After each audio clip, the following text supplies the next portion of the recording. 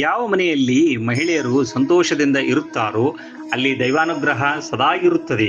ಮಹಿಳೆಯರನ್ನು ಗೌರವಿಸುವುದು ಮತ್ತು ಅವರನ್ನು ಪ್ರೀತಿಯಿಂದ ಕಾಣುವುದು ಪ್ರತಿಯೊಬ್ಬರ ಆದ್ಯ ಕರ್ತವ್ಯ. ಹೆಣ್ಣು ಮಕ್ಕಳನ್ನು ಯಾವುದೇ ಕಾರಣವಿಲ್ಲದೆ ನೋಯಿಸುವುದು ಅತ್ಯಂತ ಕೆಟ್ಟ ಕೆಲಸ. ಯತ್ರ ನಾರೇಸ್ತೋ ಪೂಜ್ಯಂತೆ ರಮಂತೆ ತತ್ರ ದೇವತಾಹ ಎನ್ನುವಂತೆ ಮಹಿಳೆಯರು ಖುಷಿಯಾಗಿದ್ದಾಗ ಮಾತ್ರ ಆ ಇಡೀ ಕುಟುಂಬವು ಆರೋಗ್ಯ, ಸುಖ ಮತ್ತು ಶಾಂತಿಯಿಂದ ಕೂಡಿರಲು ಸಾಧ್ಯ.